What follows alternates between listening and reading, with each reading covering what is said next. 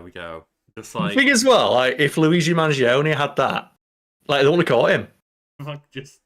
I can't tell if like going backwards or forwards is the right thing to do to get this to like hook up more on Discord. All I can tell is that, like, the more of that you do, the bigger the lawsuit gets.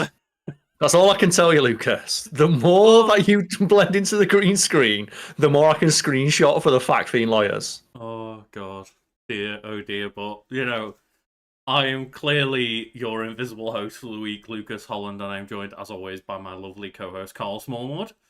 Hello. You're not Lucas Holland now. You're Lucas Mangione. Luigi Holland. But welcome to the Wiki Weekdays podcast. We are live for the first time in 2025. And by which I mean, of course, streaming live, not like the first podcast of the year or anything. That was last week. That's last week's news.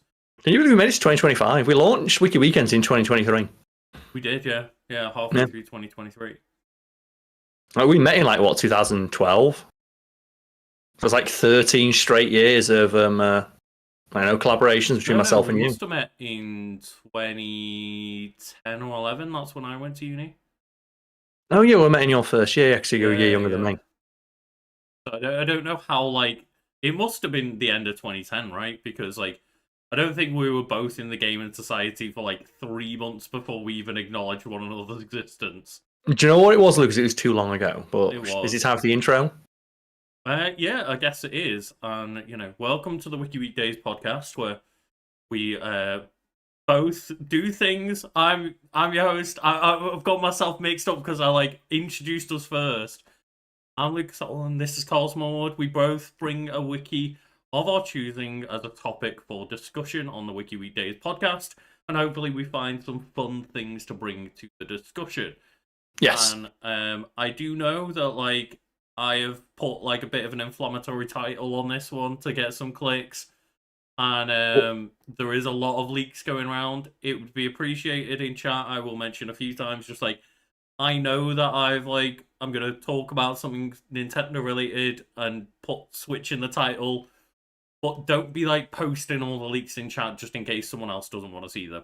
I've been keeping up with news. I'm not really that bothered, but for other people who might be a bit more not wanting to see any spoilers, please don't post specific details in chat. Yeah, we do tend to have a pretty blanket policy in regards to spoilers. And just before the podcast went live, we did discuss do leaks count as spoilers? Because I think they technically do, but I don't give enough of a shit. Mm-hmm. But other people might, so especially just err on the side of caution. Hardware leaks, right? It's not really something I consider too exciting a thing to get leaked. It's if it was maybe something a bit more oh hey, here's a list of every single game and screenshots from them and stuff, I might be a bit more whoa. But if it's just hey, there's another Switch coming out, it's okay, yeah. It's telling you there's a new iPhone coming out, right? It's we know. No, yeah, nice said your chat. I'm not saying that you were posting spoilers, but I'm just saying for clarification, I just don't want people to post details. Mentioning that things have leaked is one thing. That gives people the ability to go and figure out what they want to see themselves, right? Yeah, curate your own experience, which is kind of what we're doing right here, isn't it, Lucas? Of we're curating our podcasting experience by picking subjects we want to talk about, and if our audience wants to support one of us or none of us, they can go to our Discord, found link below, and vote on which wiki they thought won this week. And specifically, when we say which wiki won this week, we want you to vote on which wiki brought the best discussion. And do you have the results for last week's competition, Lucas? Because it's the first of 2025. We kind of have results, Carl. Okay, what are the results? Because we have non-definitive results. Okay, Joe, I'm happy with it just being default. We both win. We both win. Good start to the script spelling bee. Win. Yep. So the script spelling bee, right? Have you seen those where they go on for so long and kids are so good at spelling now that it ends up with we've got 7 people in joint first place who are all equally as good. So fuck it, they all get a gold medal. For 5 hours at this point, and these children need to just rest. They've all proven they can spell very fucking well.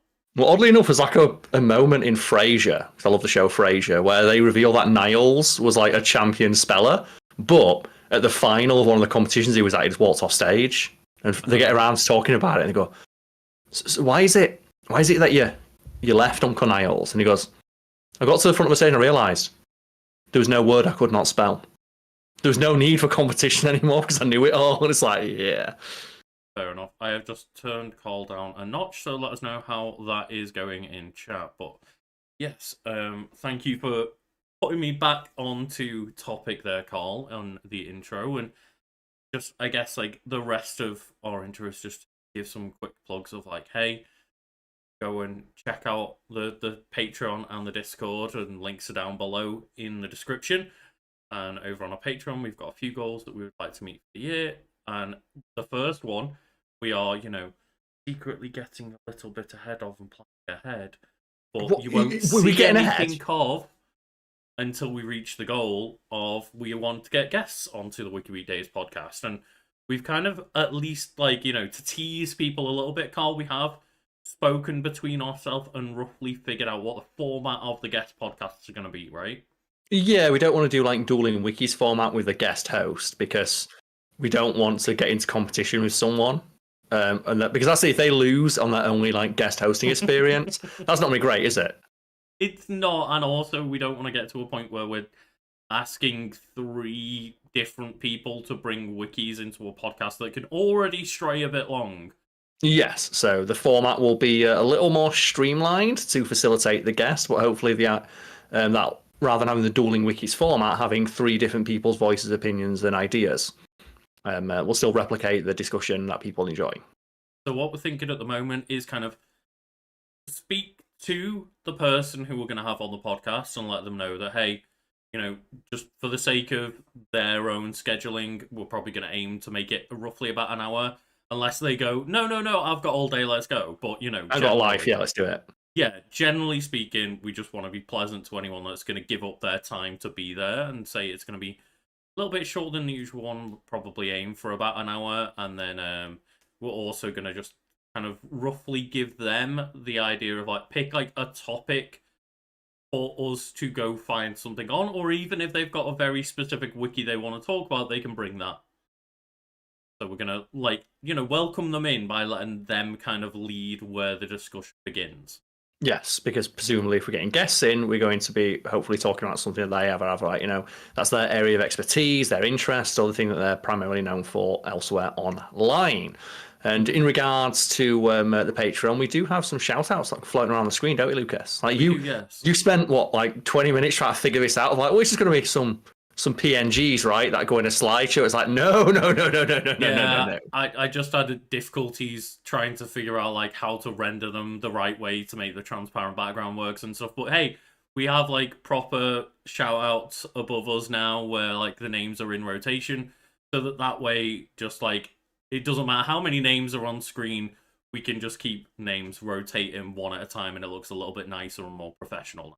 It does indeed, yes. I will censor the text for next time. I had troubles getting this sorted, and I've aligned all the text to the left and realised that looks a bit weird, and then centering the text, so I'll change that next time. You've already nicked enough of my gimmicks, Lucas, so fuck it, we're doing professionally unprofessional over here as well, too. Whatever. And the final thing is that we have our pet of the week, Little Moose. I hope that's not someone's pet. That's a big fucking pet. Well, I believe over in the Discord, it was one of the people on our charity that posted it. It's Be of Awesome. The pet that they submit for Pet of the Week, which is a weekly competition we hold. It's a friendly competition where people just submit pictures of their pets, family pets, animals they run into. If you see a duck when you're walking outside, send a picture of it. We want to know. And people vote on it, and whichever one gets the most votes gets to be on screen as that week's Pet of the Week. And this week it's Little Moose, just a cow. It is Little Moose. Not just a cow, Karl. It's Little Moose. It's Little Moose. The thing is, have you seen how much cows act like dogs? I have seen bits and pieces, yeah. They're remarkably domesticated to the point where you can pet them, and they get have you seen the big giant rollers? You know the things you use to clean cars? Oh yeah. They use those to brush themselves. Maybe if you just turn your gain down a little bit, Karl, people saying even though I've turned you down, you're still peaking a bit. Okay, I'll turn my gain has been turned down. Cool, thank you. But yeah, it's as I say, Be of Awesome posted the Pet of the Week Little Moose and just said, This is Little Moose, one of our many cows before she is about to be milked. She is second in the generation of the Moose family, as her mother shares her white face. So shout out to Little Moose right there. And also, it is a family cow. It's a pet. Yeah, I mean, like, presumably, you've got to remember that not everyone is living in, like, places where we don't have space to have cows. That is true. I also think as well, if I got a pet cow where I live right now, that'd be a nightmare. Like, I imagine a cow in a flat would be pretty tough. Yeah, it would be a very, very bad time. Yes. Just like, oh no, the cow's taken over the entire flat. Oh dear. That does remind me though of in regards to like cows being milked, like that they like being milked. Yeah. Because whenever you see like people, oh no, cows, it's cruel, and some mass-produced like farms and stuff, they do treat the cows very poorly. But yeah, like, it's not the milking process that's cruel though. It's the commercialization around it. Yeah, right. And the treatment of the animals that are there. But if you go look at like those like organic farms or just like farms where just like we have like 4 cows, we have some milk, the cows run in to be milked. Mm-hmm. Like, it's like shearing, right? Of like the sheep need to be shorn, which is a great way of saying it. Also, it only just dawned on me that's why he's called Shaun the Sheep. that literally just dawned on me then when I said it. Because you need to shorn a sheep. Yeah, the sheep need to be shorn, and actually, if you do it well, the sheep actually enjoy it. Because it's just like getting a haircut, right? When you walk out of the barbers, you're like, oh, fucking hell, it feels great. So please let us know in chat if Cole is sounding a little bit better. That would be much appreciated just for the rest of the podcast for people watching later. Yeah, also, I can just scream into the microphone for 15 minutes. Oh, God, no. Let's pretend we're playing Fortnite on stream. But Carl, any other plugs and stuff we can do later. Let's get into the rest of the podcast, shall we? Yes, so I'll be leading this one off, and you'll be presumably bringing a wiki on something Switch related, because that's how you try to lure people in. I've got real exciting news, Carl. What's that? So last week, not like a couple of days ago even, Sony held a presentation, and they announced that they're doing a Helldivers movie. So this week, my wiki is going to be Helldivers 2. You did that last week? No, I'm joking. Every week I'm just going to find a new reason. It's Helldivers again. That movie is just going to be Starship Troopers, but worse. So it might not be worse, right? We don't know, but it's going to have a bigger budget. It's one of those wild things where it's similar to how we had like Indiana Jones influence Uncharted, which then became a movie, and now Indy's become a film. Indy's become a game, sorry. It's like we're now getting a Helldivers movie, and a Starship Troopers video game has just come out as well, and it's like... Yeah. It's like, I'm not going to be down on it too much, but just Sony Pictures made Morbius and Kraven the Hunter and Madam Web. They also made Spider-Man Beyond the Spider-Verse and Across the Spider-Verse. They did indeed, yeah. So their track record is spotty. But the one idea I've seen that I am supportive of is, if you do a Helldivers 2 movie and you're basing it on the game, like not if you're presumably going to set it in the universe, it won't be based on the game, because there's an overarching plot to the game, but not that much really. Like, I imagine it's lore to pull from. I imagine that it is going to be Starship Troopers-esque, but hey, there's 3 different races that they're fighting. Yeah, and hopefully they do lean into the satirical elements, but the idea I've seen that I am like all on board with is get the biggest name actor you can to play the main character, and 5 minutes in have them shot. And have someone else just come in and replace them and never mention it, and just keep having that happen throughout the film if the main actor just dies. The one thing I wanted to do is like keep it as a squad of 4 and have 3 main characters that you can actually get attached to throughout the movie, but just treat the 4th as like a Carmine, where every 5 minutes they die and they just get replaced by a new actor. There's a new 4th every like 5 minutes. And just always make sure it's a really big name actor who's going to be in the film. Would you like in Deadpool 2? Where like they get Brad Pitt in for 1 second. When they got invisible Brad Pitt for all of, like 2 minutes. Yeah. Like, that's the idea I've seen for Helldivers 2. And it's like, yeah, that could be interesting. But you know what? Okay, sure. It's the biggest property they've got at the moment. Or it's the biggest property they've had like launched in the last like year or so. Go for it.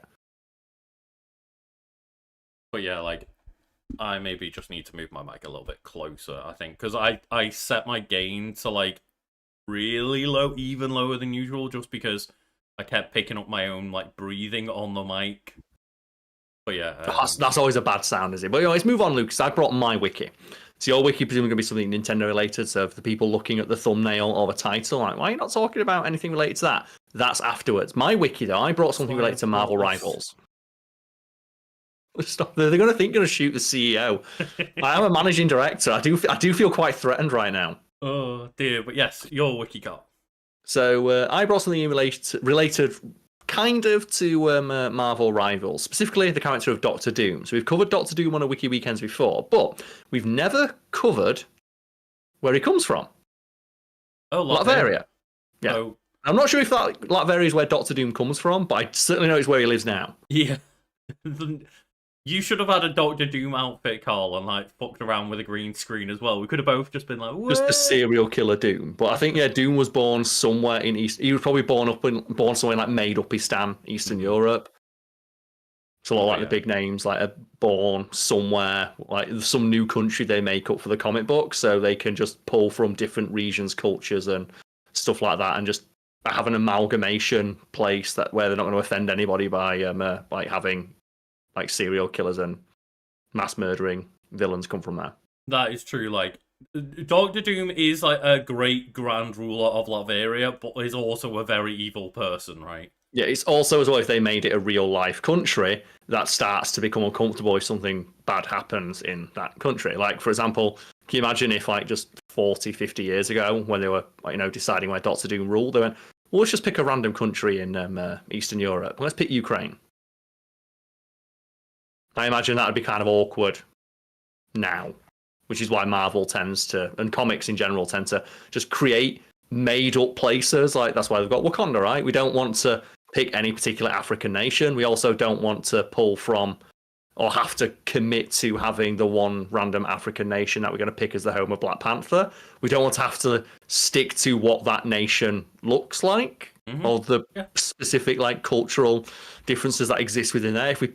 If we make up a place called Wakanda, we can just pull from everything in Africa, sort of thing. And also just make up new cool sci-fi shit to throw in there as well, right? We can indeed, yes. But if anyone unfamiliar with Latveria, we have the wiki in front of us now. So Latveria, officially the Kingdom of Latveria, was a small country within Eastern Europe. And I don't like how it says was. Does that mean it doesn't exist anymore in Marvel? I imagine that he has separated it from the rest of Europe, right? It's like some floating island in the middle of nowhere now. No, is he just like asteroid M'd it and flew it into fucking space? I imagine so at some point, right? Like, imagine that on the news of like just you're watching like CNN or something like that, and just Wolf Blitzer comes on and goes, "We have news now that Latveria has become the world's first floating country." Like Doctor Doom to rest of world, suck our floating dicks. The thing is, that that's probably not true because there's already like 4 other floating countries in Marvel somewhere. The thing is, though, Doctor Doom would do that as a flex, wouldn't he? But it is a small country within Eastern Europe. Its capital and largest city was Doomstad. And I wonder who named that, Lucas. It was ruled by Victor von Doom, aka Doctor Doom. Oh, so it was ruled by Victor von Doom. I think Latveria might not exist anymore, Lucas. Right. I think I might have picked a bad example. Okay. Because this past tense is really making me uncomfortable. Yeah. And would you like to know the various aliases and alternate names used to refer to the Kingdom of Latveria? Has Latveria got band names, Carl? It does, and it's only got one, but it's pretty cool. The Jewel of the Balkans. Oh, that is pretty damn cool, yeah. Yeah, the Jewel of the Balkans. And do you know anything about Latveria, Lucas, besides the fact it's like Doctor Doom just like rules it with a literal iron fist? That is basically all I know about it, and I know that there's the Duke trumpet. Oh, yeah. Well, I think that belonged to like Namor. Oh, right. Yeah, because we were talking about that when we were playing Marvel Rivals, right? Yeah, it's like oh, here's like this legendary trumpet belonging to the Atlanteans, or wherever the Namor comes from in the comics originally, before they like changed it to be something cooler. And just Doctor Doom's like, no, fuck you, I do what I want, and just toot. So do not toot that horn. It's like Doom toots when he pleases.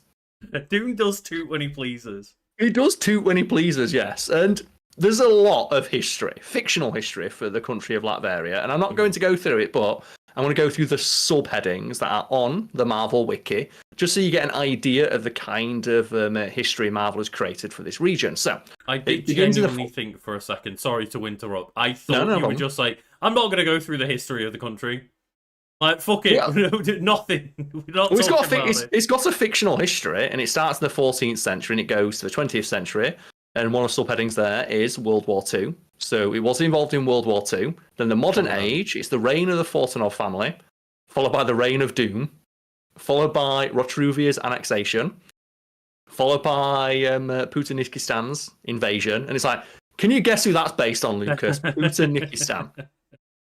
I'm going to say Ukraine, right? I wonder who he's a amalgamation of, right? Oh, dear. And then we have Doom War, Doom's abdication, the temporary regime of General Karadik, US protection, failed democracy. So, I am curious to click on World War II and find out who they were allies of. Okay, so during World War II, the Fortunov family retained control of the throne of Latveria. The latest king was Vladimir Vasily Gennaro Tristan Manenji Fortunov, Baron of Sabat, Baron of Hassan, Baron of Krozy. So they're all his titles. Even then, the country was a technological leader, and Baron Wolfgang von Strucker solicited their help in exchange for not overrunning their country with Nazis. Latveria forged an alliance with another made-up country in Marvel, Simkaria, and the two nations resisted Strucker's invading forces. And Baron Wolfgang von Strucker, I believe, is one of like the made-up World War II villains. Right? Yeah, I've got a feeling he's one of the Hydra people, Baron Strucker. Yeah, he fought for Germany during World War I and II. Like, he's one of those like villains that like Marvel had in like the 50s. Right, one of those Captain America folks that he punched. Yeah, and here's just like a detail about, and you can tell all this is like a comic detail from like a while ago. Although Latveria was spared from the Nazi war machine, the Fortunov family did take notes on leadership from Adolf Hitler. Oh dear. The thing is, as well, like, why would you take leadership advice from a guy who ran one country, ran it into the fucking ground, fought one war, lost, and then shot himself in the head? What a leader, Lucas. Surely they didn't take advice from him at the point where they've already known he shot himself. I don't know, but that is the extent of Latveria's just influence on World War II. And I just like the idea they teamed up with Simkaria, which is where who's the character who comes from Simkaria? I know the name of the country. Maybe it's got a blue link you can click on. Let's click on Simkaria because I think it's they're in like the Spider-Man PS4 game. What is it, Craven's place? Not Craven, no, like the lady who comes in. Oh, Silver something. Silver Sable. Silver Sable, yes. Yeah, that's where she's from. She's from Simkaria. Like, just another made-up European nation in Marvel, so they can just like, okay, we want to have vaguely European villains, but we don't want to villainize any particular area of Europe and piss off that potential market. I mean, maybe Call of Duty could take a note out of that book, right? Have you I know seen that it's trying to be way more based in reality, but when it keeps just being like, yeah, this was definitely the Russians' war crime and not Americans. It's like, oh, that's real bad. That's a real thing Call of Duty did, by the way. Yeah. They had a real-life war crime in one of their games, and that was committed by Americans, and in their game said it was the Russians. They literally changed history to say that Russia committed that war crime. The funniest one is where they put like Ronald Reagan in one of the games, and in that game you don't make your own character, but you get to like do some basic biographical picks. Like you can pick whether you play as, because I think you play as like a secret service agent, and you get to pick your pronouns. Okay. Yeah. And one of the pronouns you can pick is non-binary. Mm-hmm. And the detail that people find hilarious. I get what you mean. Yeah. Yeah, you can pick like what do you want to be identified as, like he, him, she, her, or they, them. And if you pick they, them, Ronald Reagan respects your pronouns. Which you know would not happen. You know Ronald Reagan, the guy who willingly allowed the AIDS epidemic to flourish and kill thousands upon thousands of gay people because he didn't like gay people, but he respects your pronouns. Definitely not going to respect non-binary people either, unfortunately. Yeah, and it's just one of those weird things of like, Call of Duty wants to pull from history, but they're afraid to show history as it is. And history as it is normally America's the villain. And England as well, but like it's normally American developers making Call of Duty, right? So they give more of a shit about that side of things. And obviously, just to clarify, you know, that we are a welcoming space to like all folks here. We respect everybody's pronouns, just to make that clear. Yeah, our guys, gals, and non-binary pals. Mm-hmm. It's just very funny that Call of Duty tried to put that in, and they portray Ronald Reagan as being way more. This thing is though, he does that while he's giving you a mission to go commit war crimes. Like, cherry picking is the right term for Call of Duty, right? Like, I will never stop finding it hilarious about Call of Duty just how much they portray war crimes as like totally okay.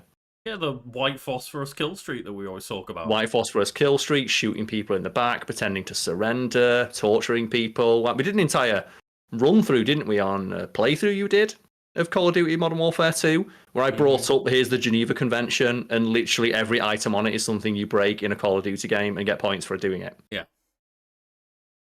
Wild. Let's move on now and talk about the facts about Latveria. And it mentions here that the location of Latveria seems to have been retconned over the years.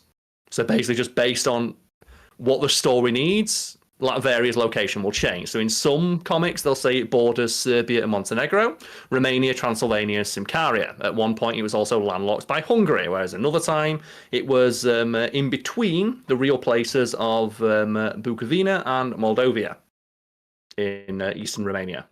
And it is... I know that my geography is awful, and I don't... Yes. I haven't studied a world map since I was about 12, because that is something I used to do with my dad and my siblings, as we used to like have a globe and like learn where all the countries are. But nowadays, I'm just like, Europe. Yeah. Well, it's like, if you ever want to feel better about yourself, continent. Lucas, just go watch that video of can Americans name any countries on the map. I think it was like a Jimmy Kimmel bit or something like that, and it's just okay. It's a world map. Point to and name one country. There's a couple that are quite easy, where it's like, either massive places like the America. USA, Canada, Russia, China. They're easy. You've got like ones where it's just like islands like the UK and Japan. They're easy to identify. But then a lot of mainland continents, I'm just like, there's a lot of countries going on. I'm not quite sure which one's which. Yeah, it's such a depressing video to watch because just like no one can point to a single country. I could definitely get a couple of dozen, I reckon. The weirdest part is people keep pointing to Africa and saying Africa, and it's like, that's not a country, that's a continent. Can you name a single country in Africa? And they're like, Africa. And at the very least, I know I'm not that bad. I could get a few, yeah. Like, I'm not going to be able to point out where like Burkina Faso is on the map, but I know it's a country in Africa, right? Yeah, that's like a game my ex used to play because she, as a to keep her mind sharp, like learned every country on Earth and like would do that thing like, can you name every country in 3 minutes sort of thing. Maybe it was a bit more than that, but like did that. And just the trick is just learn all the countries in Africa because there's like 60 there. There's so many countries in Africa. Yeah, like a song you can learn to name them. Countries in Africa and a lot of small countries in mainland Europe as well. Yeah. Your favourite, like just like for its location, it's Italy, right? It's the boot. I mean, the boot heel, right? Yeah, the boot is the easiest one. But yeah, we'll move on now to the languages. So the languages of Latveria are German, Hungarian, Latvian, which is a local dialect of Hungarian, and Romani. And people, might be listening to that going like, they don't speak one language. A lot of places. Welcome to Europe. In Europe, like, is like, oh, here's the 5 different languages they speak as their main language. Yeah, most like European countries will speak multiple languages except for the UK. Yeah. Well, I mean, the UK does speak several languages. England speaks English. Yeah. We're lazy. If you go to Wales, they speak Welsh, some Scottish people. Gaelic. They try and keep it alive, though. There's a great story about a guy who got away with a parking ticket. Oh, it's a speeding fine, I think, where it's a very unethical tip. But if you ever get caught speeding or something in Wales, request your speeding ticket in Welsh. And because most by law of the in Wales won't be able to provide it in Welsh, so therefore you might. But by law they have to because it's one of the things the government over there passed to keep the language alive. Of like, if you request it, it should be made available. It's like an unethical pro tip for like that is just request everything in Welsh, and if they can't provide it, just mention that in court and it gets thrown out instantly. Mm-hmm. And I will say, like, yeah, there are a lot of non-English languages spoken in the States. You're right here, Infinity, in chat. But like, it doesn't have multiple official languages. Official languages where like you would be, everybody is like taught multiple languages in school in a lot of countries. Yeah, or just like the fact the country has officially got multiple languages, which again, like every single person would probably learn, like being brought up in school and stuff, or at least have like basic knowledge of. Yeah, which makes sense in European countries that are surrounded by other European nations that speak those languages. Whereas, like a lot of places, like for example, even in say for example Wales, where just a lot of smaller towns and stuff will speak Welsh. But generally, the English have done a relatively good job of trying to eradicate other cultures in the UK. Which is, again, really uncomfortable. So let's move swiftly on, shall we now, Lucas, to the economy. So the monetary unit used in Latveria is the Latverian franc. And the Latverian franc, let's have a look. Does it have a picture of Dr. Doom on it? Does it have a picture of Frank Reynolds on it from Always Sunny? It's got a picture of Dr. Doom on it, Lucas. Of course it does. And would you like to know what... we have, like, was it God Save the Queen on ours? America has, like, e pluribus unum, like, from many one. Oh, okay. Or from the many to one. Do you know what, like, Latvian currency has written in, like, the Latvian dialect of Hungarian? Is it just like Victor von Dumas? It says, Doom would not break until his body does, and neither shall I. Fucking hell. Which is some pretty fucking metal money, right? It's some metal shit. That is some metal ass fucking money, right? Oh, God. God, that's excellent. Like, does ours still have God Save the Queen on it, or do they now print God Save the King? I haven't got any fucking... Like, do you carry cash? I literally got given some for Christmas for the first time and was like, what is this money? Well, do you want to go, like, just get up a picture of, like, some money or something on, like, while I go through this and just see what our money says on it now? Because I know Americans, it's the pluribus unum, I think. That's it, which is from the many, the one. I don't know the exact Latin translation of it, because I'm not fucking American. And then in God We Trust is also written on it, but there's, like, calls to get that removed, because it's a bit weird for a, like, specifically non-secular country. Or secular country, I should say. Trying to do... That's the other thing about getting pictures of money is really hard because you're not allowed to have like high quality images of money online because people print them off and try and pass them as real bills. Yeah. On the £20 note, it has Joseph Turner on it. It says. Yeah, I think we have like quotes from like famous for color, and I think it's quotes of famous British people now. Yeah, it's famous British poets, intellectuals, that sort of thing. Yeah, because on the other side where it has the king on it, the things I can read are just where it says, like, I'm looking at a £20 note, it says £20 London, for the governor and company of the Bank of England, I promise to pay the bearer on demand the sum of £20. Presumably somewhere buried in like the design there'll be some Latin referring to the monarch at some point, but there we go. And like that's the thing as well. American money is so fucking boring.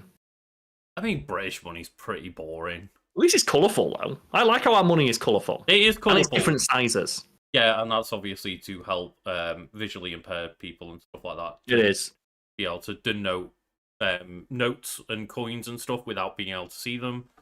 Is that they're different sizes, so you know if once you learn how big a £5 note is, you know now that's and our £5 notes even have a little bit of braille on them. And every bit of coin has different types of shapes, sizes, and edges to them, like textures on the edges and stuff. So yeah. And then American money is all the same size. And have you ever seen as well? It's a really like interesting interview, but it's also really telling that man, this is kind of fucked up that they don't. Americans seemingly are so committed to tradition, they don't care about this. Where it's an interview with a blind person. I'm like, okay, so how do you know what the difference between a $20 bill and a $10 bill? And I think more modern ones do have some way of telling texture-wise. But it's like, well, normally you have to guess, and you basically just have to trust people that I'm handing them a 20. Yeah, right. And it takes a very specific type of person to like rip off a blind person and tell them that they've given them like an incorrect note or something, right? But at the same time, still, it's a bit weird how that's... It's a really bad way to do it. Is just you've got to trust you're not getting like fucking hassled and haggled at every corner. And even just you think from specifically just from a anti-forgery aspect, putting elements like that in makes it almost impossible to replicate.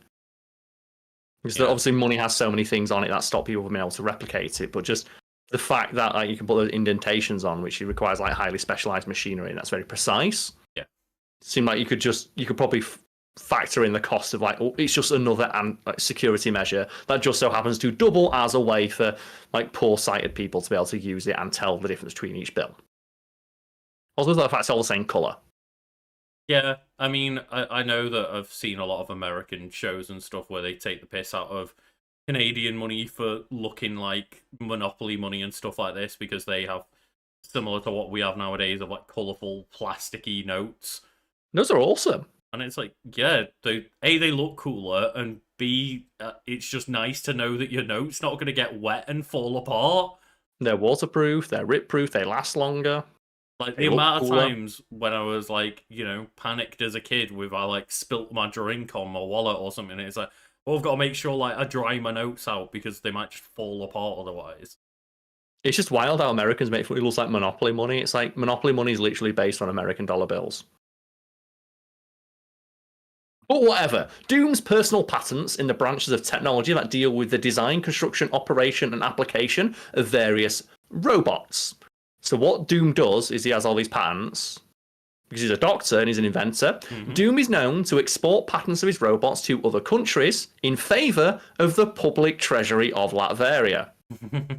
So Doom sells the patents to, like, his shit to other nations, and then uses the money made by that and funnels it back into his personal, not into his personal coffers, but the coffers of the nation of Latveria. See, I'm hoping when it says bots, it doesn't just be Doom bots, because that's no Doom bots. Yeah, really? It is Doom bots, but Doom generally sells outdated, at least by the standards of how advanced his shit is, patents to other nations, and then when he invents new stuff, we'll sell those as well.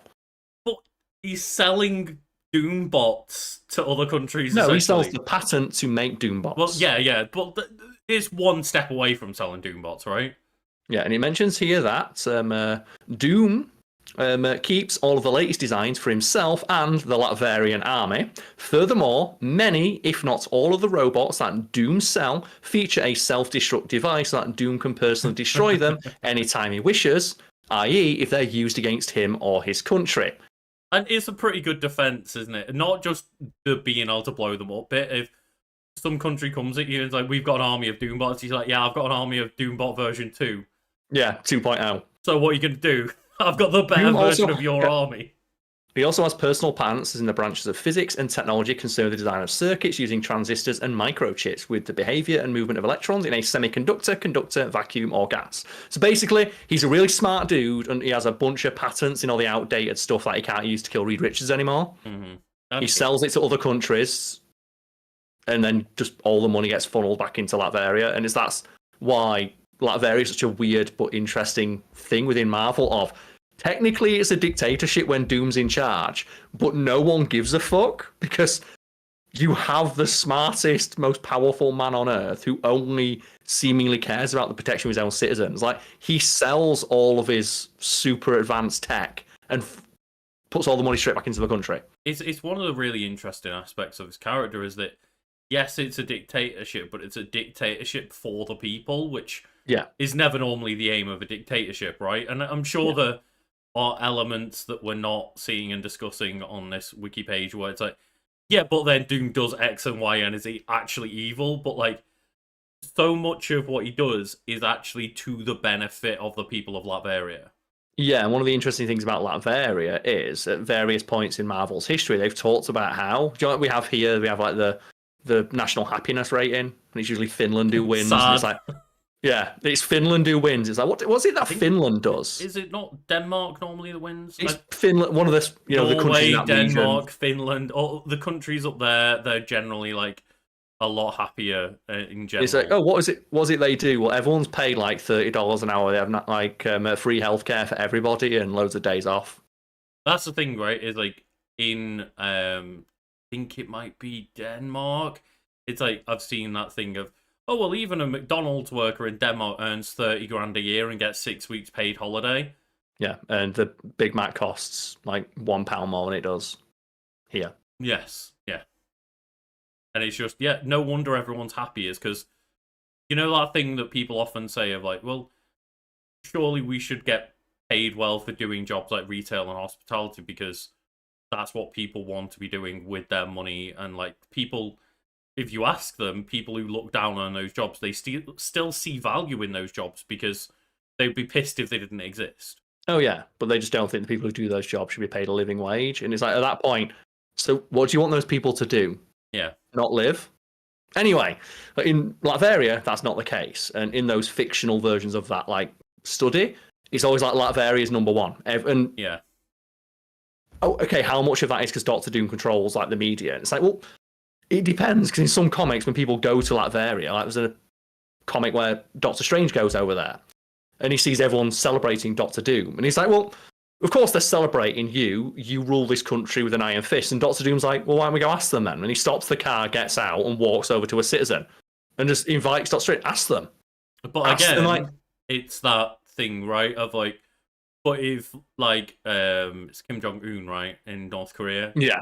If he stopped in his, like, big town car, got out and was like, are you happy? I don't think anyone's got the balls to turn around to say no to him, right? But at the same time, North Korea, there's a lot of bad things in North Korea, like this, for example, like they don't get fed.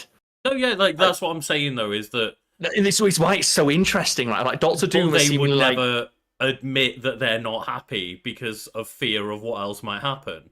So it's how much of it is Doctor Doom spinning the media and spinning the story, right? We'll find out because we move on now to defences.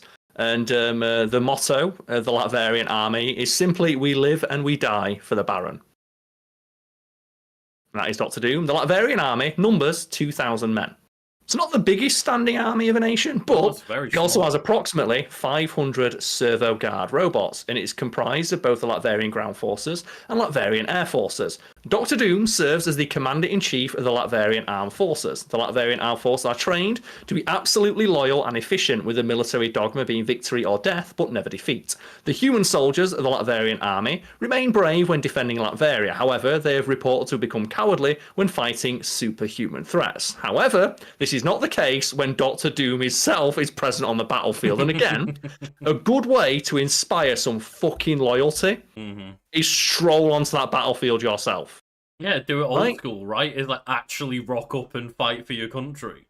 Well, it's like a great bit in Game of Thrones, isn't it? Where like Jon Snow to Ramsay Bolton, it's like, why don't we settle this the old way? Me and you, just settle it right now. And Ramsay Bolton's like, oh, yeah. He's like, well, I don't know if I can beat you in a sword fight, but I've got the bigger army. And Jon Snow very astutely knows, well, how hard do you think your army will fight for you when they now know you wouldn't fight for them? Whereas Doctor Doom rocking up onto the battlefield personally to fuck shit up. And you know he comes in on that flying throw. Oh, yeah. Like, second one, just Doom will kill all. Well, it reminds me a little bit of like Darth Vader, where like Darth Vader is generally loved by like just the rank and file stormtroopers because he will walk onto the battlefield himself and just fuck shit up. Well, that's the thing. I would love seeing Darth Vader on the battlefield because you know that battle's ending pretty fucking quickly. It is, yeah. It's like you look at him and say, "Well, we're with the main character. Yeah. We're not going to lose." It's like imagine like how cocksure you'd be of like, I don't think we're gonna make it. It's like Doctor Doom's right there. Like, if we lose, Doctor Doom will make a time machine, come back in and make sure we win anyway. Like, we're fine, right? The amount of times when you're playing, like, Star Wars Battlefront, and you see that Darth Vader running past with, like, a 20-kill streak, that would be inspiring on the battlefield, knowing that, yeah, no one's touching this guy. Yeah, it's like you've got your leader. He'd be like the fucking like Joe Biden just rocks up up front. It's going to inspire some people, right? At the very least, you're going to vote for that guy. Well, maybe if his 8-foot-tall killing machine with a lightsaber and force powers, yeah. We don't know what he's got under the White not a 90-year-old House. decrepit man that can't move. We don't know what he's got under the White House, but the army consists of, as mentioned, like the armed forces, but he also has the elite Doom Guards, Doom's personal guard, which is formed of at least 1,000 servo guards, which is like almost the size of the entire army is his own personal guard. Mm-hmm. and 50 Latverian humans. This is allegedly a propaganda tool to show that Doom values human beings too. Oh wow. There's also the Doom Squad, formed by Dr. Doom himself from 4 of the best human soldiers in the Latverian army. They are provided with high-tech battle suits designed by Doom himself to, and I quote, defeat the Fantastic Four. So you know those some good fucking suits, right? Yeah, I mean, like, we went through relatively recently, we went through Susan Storm's power set. Yeah. And if you're telling me that anyone can just put on a bit of armor and stand up to her, fucking Christ, what is in those suits? Again, if you're sat there and go, okay, is this suit pretty good? It's like Doctor Doom designed it himself.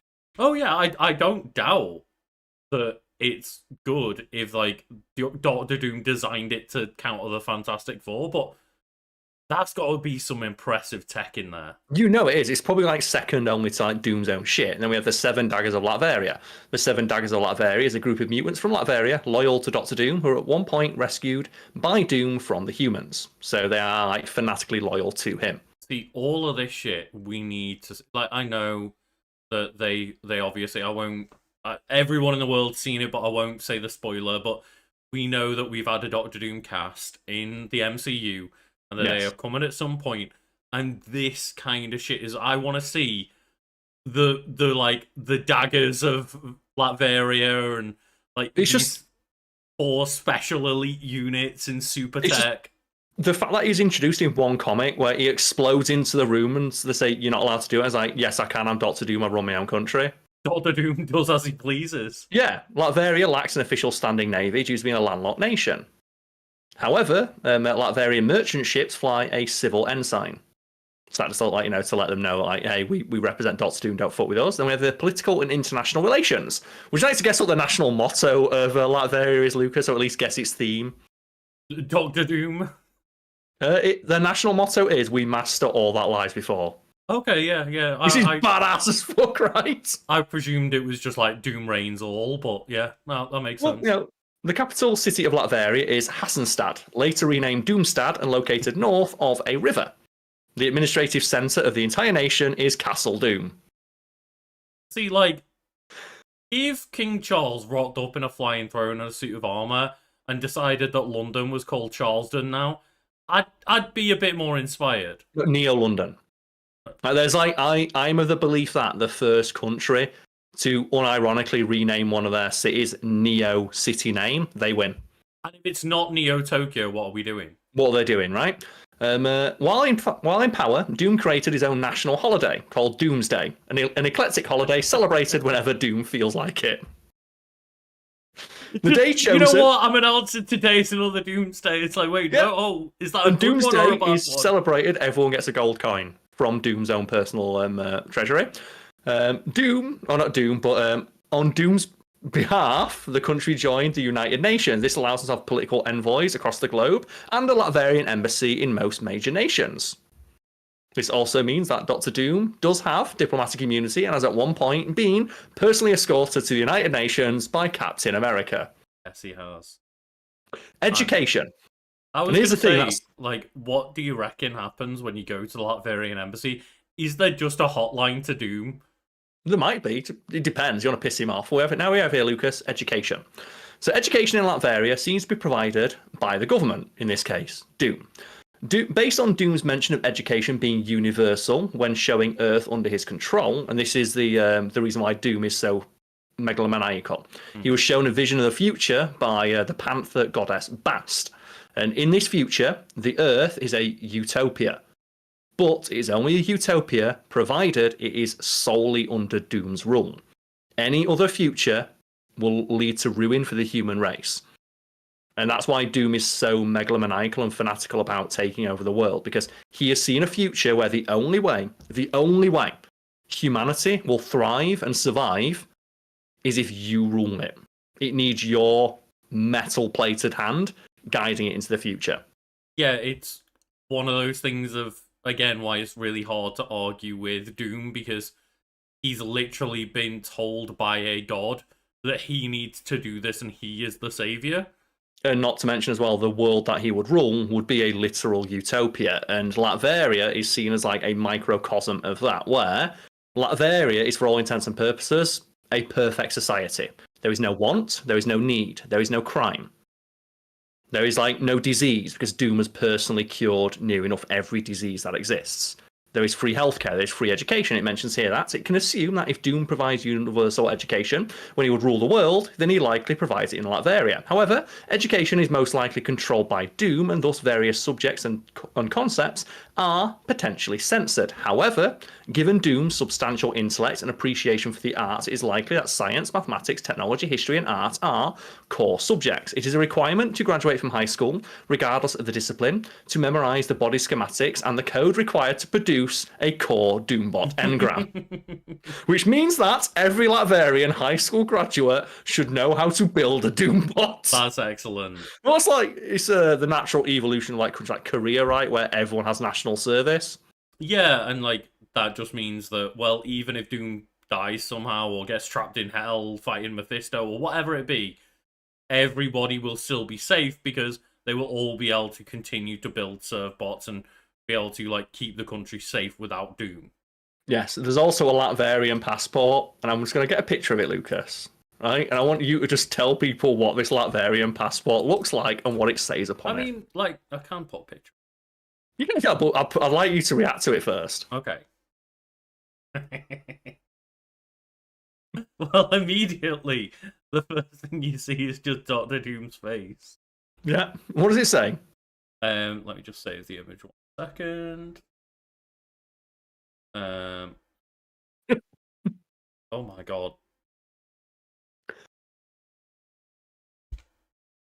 So the Latvian passport says, admit the Latvian bearing this passport into your country or face the personal wrath of Doom.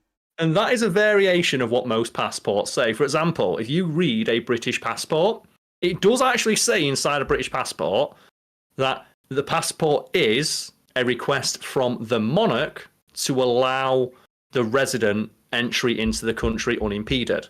But it never said, like, our queen's literally going to come and kick your ass if you don't let him in. It does technically. Technically, that's what a passport is, a permission from the monarch granted by proxy, because the queen couldn't do that for every single person who wants to travel. Yes, but it doesn't literally say you will bear the personal wrath of our monarch. No, but in spirit, it's the same spirit, but yeah. Doom make sure he puts it on the fucking thing. Yeah, in a text. British passport, in spirit, it is promising the bearer all the protections of the monarch and, by extension, the government to pass freely between a nation. If they happen to like get into trouble, the British government will step in and help you for the most part, depending on what it is that you did.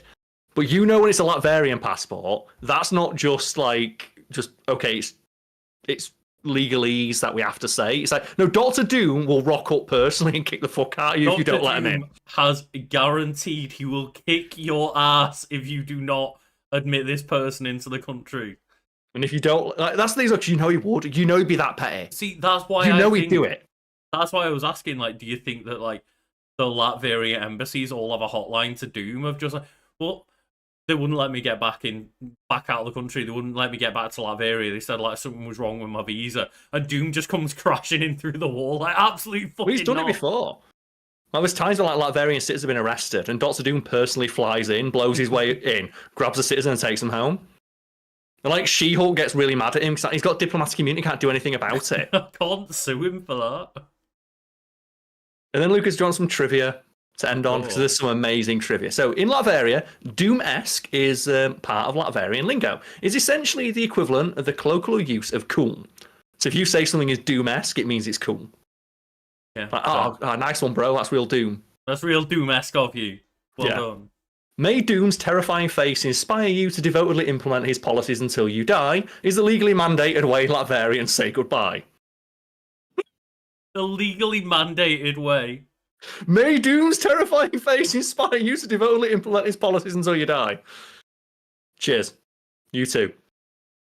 In an effort to discredit foreign linguistics, Latvian media claim that goodbye was an acronym that stood for Go, Outrage, and Oppose Doom because you're really extremely bad people. All one word. See, Souvenirs that's from- where it's urging into like, oh, this is some bad dictator propaganda, right? But do you know what this is? I bet this isn't. Some of this stuff isn't actually. Do you know what you hear about like North Korea? Like, there's only like 6 legally allowed haircuts in the news, and then you actually go ask a journalist or someone's been to North Korea. Like, no, that's not true. That's just something you're making up about North Korea, and they can't correct it because they're a very isolated nation. Again, it's anti-propaganda, right? It's just Yeah. propaganda trying to make the country look worse than it is. Yeah. It's like, there's plenty of stuff you can criticize the country for, but like, this is just, doing this is not the way. And I get the feeling a little bit it's like that. It's like, oh, do you know, in like Latveria, you're not allowed to say goodbye. It's like, of course you're allowed to say fucking goodbye. Well, you might not be. You might not be. That's what we don't know. It's written in the wiki, Karl.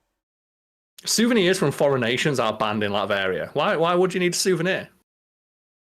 I mean, yeah, this is where my like kind of worries lie. Where it's like, well, on the face of it, like everyone's nice and happy and everyone's protected, but like, oh, you're not allowed like to be influenced by outside nations. Got it. Ugh. Also, as well, no one there has cancer. Like, Doom cured cancer, but only Latvians are allowed to have it. Well, it's like, that's the thing of like, again, that's it's another going to problem. inspire some pretty fanatical devotion to your leader. Right? If like King Charles said tomorrow, okay, I want to take over the country again, but here's the thing: everyone gets a house, and I've got the cure for cancer right here. Do you want a monarch again?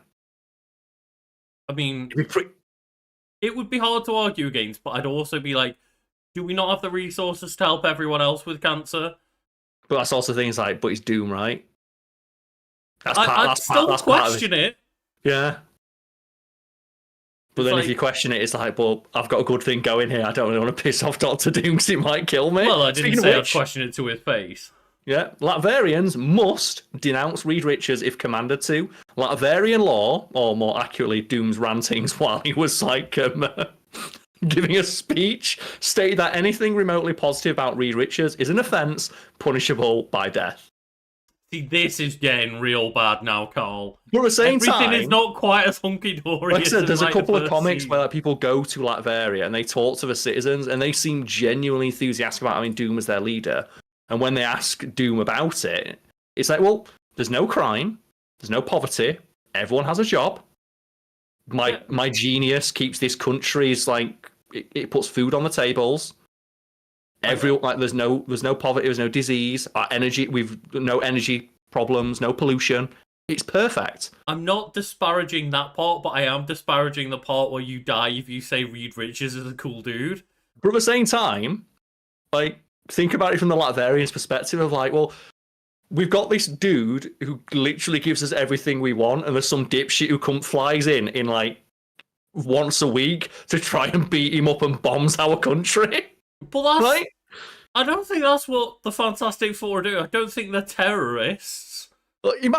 Doom's right. Doom would have a very different perspective on that. No, but I don't think they are literally traveling to Latveria and bombing the country. I think they are stopping Doom when he invades other countries, right? Yeah. There's plenty of like comics and shows and like stuff like that where they do go to Latveria and like Doom's like, just get the fuck out. And conversations like this where we're like getting into the details of like the pros and cons of like a fictional dictatorship under someone who's doing a good job. It's like, I'm still baffled when people are like, yeah, but keep politics out of my comic books. It's like, they're right there. Like, they're all over the place, and you could just replace the word Latveria for so many other countries and have that's why it exists, right? It exists to be used as an allegory, yeah. Yeah, to be used. It's why you've got like Wakanda. Like, by making up their own nation, Wakanda can serve as a stand-in for any number of African nations. Same as like why superheroes like can be used, right? It's like why in some comics, like Batman, for example, can be like the billionaire philanthropist, or he can be like, you know, the underdog trying to like, you know, fight crime from the outside of the system. It depends what like, you know, what messaging the writer wants to get across. And as a result, the characters can be used and they're quite malleable in that way. And the locations the characters live are also malleable in that sense. Like in some comics, Gotham is like, it's pretty decent. People like going to Gotham. It's pretty good. And then you've got like the Titans TV show where just, oh, you don't go to Gotham. Yeah, color does not exist in that world. No. Like, color doesn't exist in Gotham in Titans. Like, I'm pretty sure if you go outside, you go to Metropolis, apparently across the water, in some versions. Yeah, in Zack Snyder's movie, like he's across the water and Superman doesn't know where it is. Yeah. He doesn't know where the thing that he can look out of his window and see it.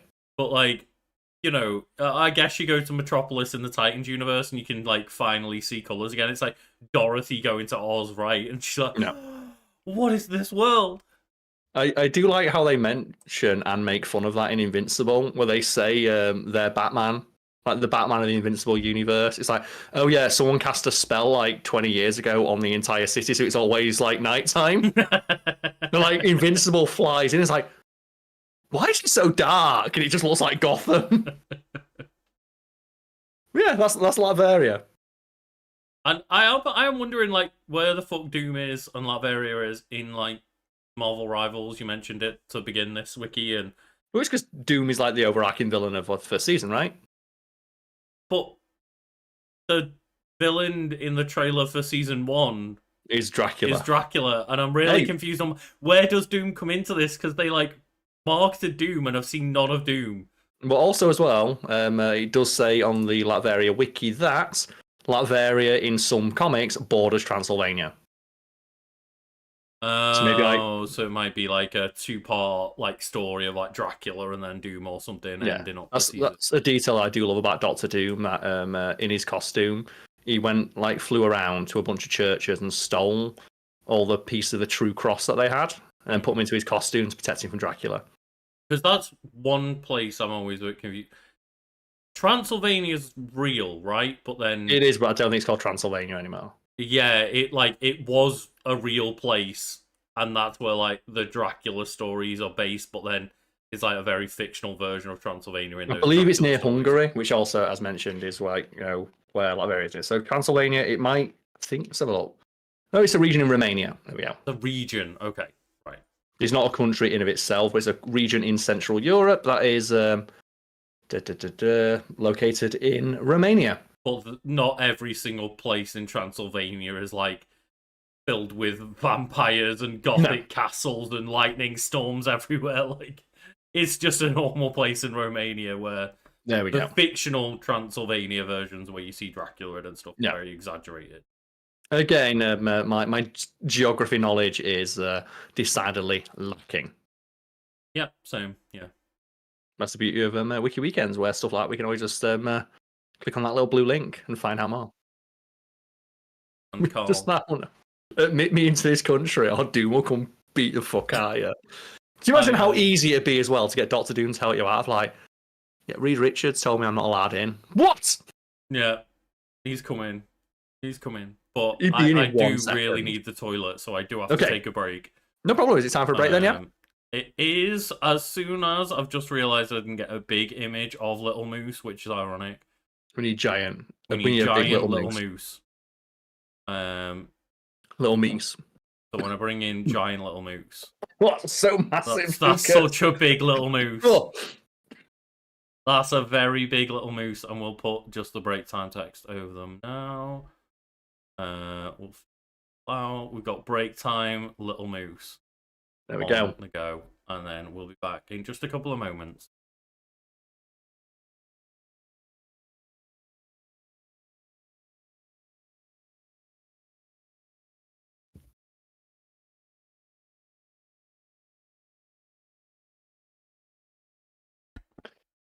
Well then. Are we back, more Freya? We're back with just Little Moose, not Big Moose. I do like the idea of like when something's called like Little something, you add like make it big, or it's called like, or the ironic naming convention, like like Little John of like Robin Hood legend is near universally portrayed in media as being like fucking massive. Mm-hmm. Oh. I always love that ironic naming convention. Like people like call like a small dog like Hercules or something like that, right?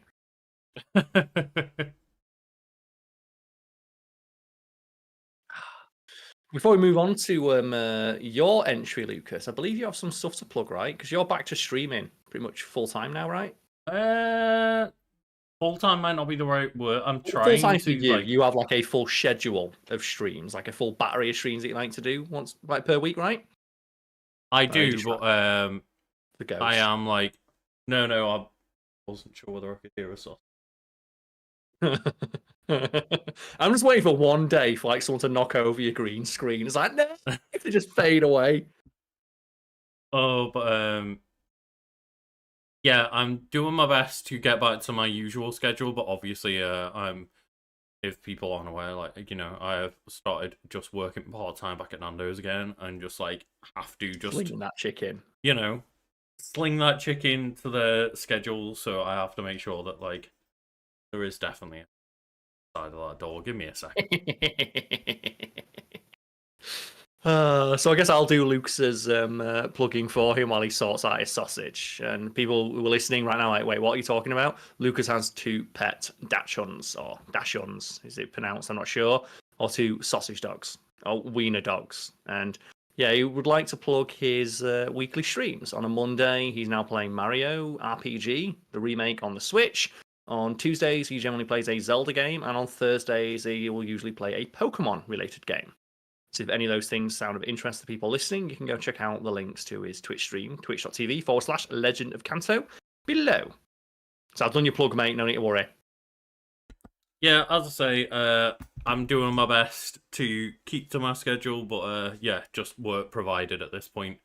Yeah, but I've told everyone what like your games that you stream and on what days, so people can check out the links below. I've just started doing Super Mario RPG Remake, hence, yes. you know, partly inspired by that of what God, he's talking about today, Zid. Do you know what that's like? That's like joining Alien, where it just pops out of the chest. But I just saw like Cade go, boom. I don't know.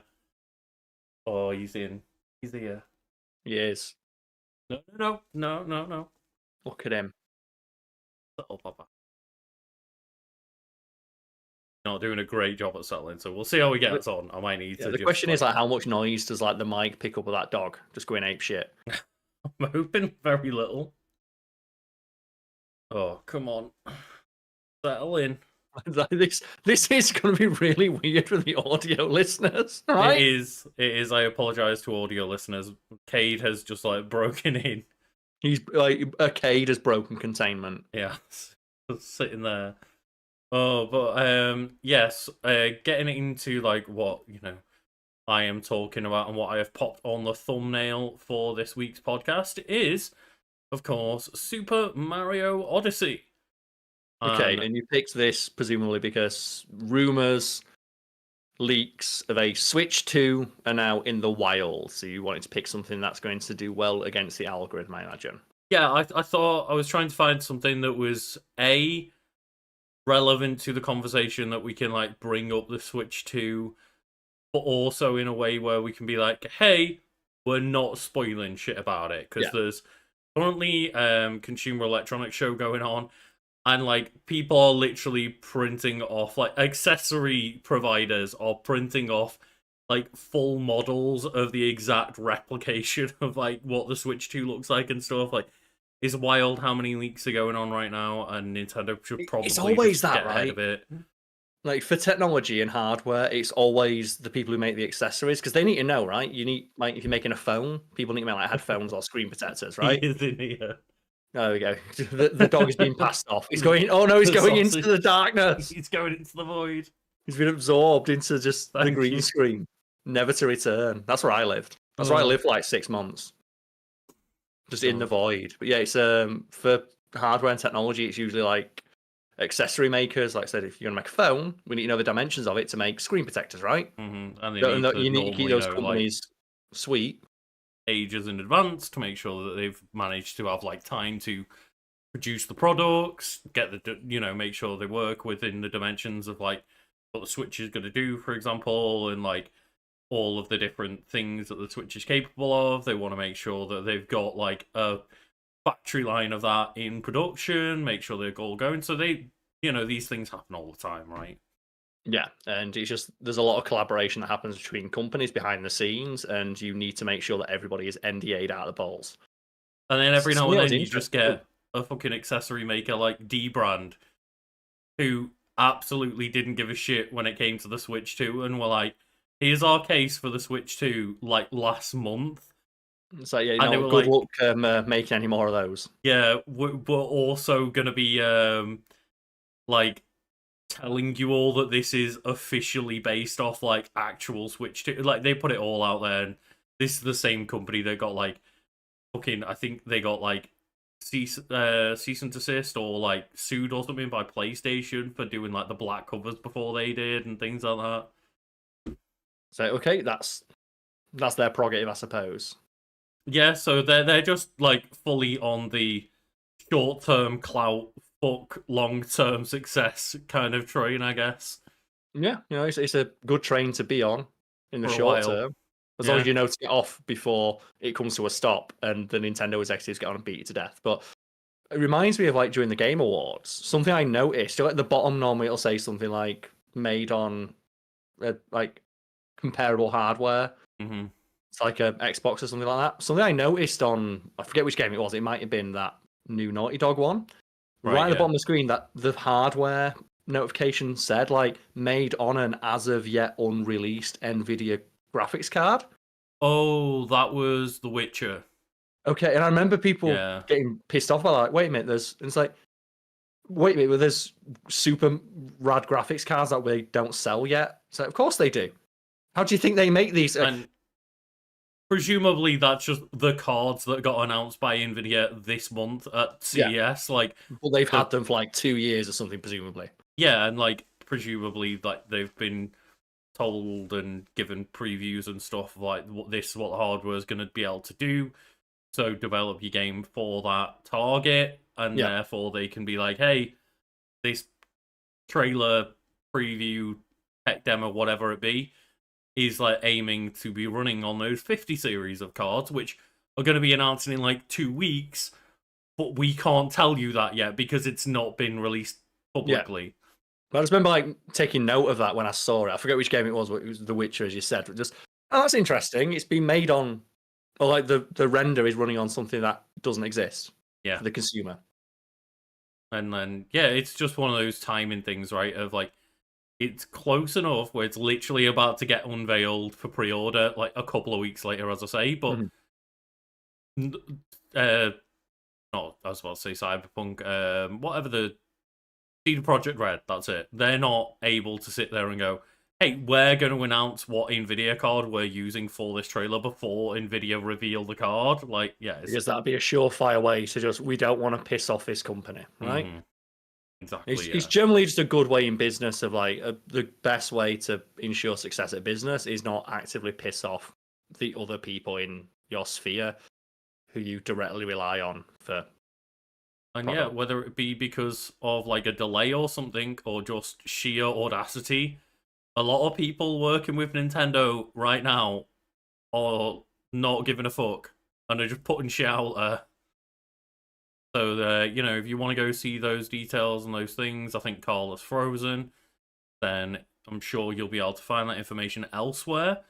That's all we're going to really go into in terms of detail on the subject is that, like, shit is getting out there, and Nintendo should probably announce them, like, these things officially sooner rather than later, before, like, everything is spoiled, but we're not going to be the ones going into the details and spoiling it that for you today.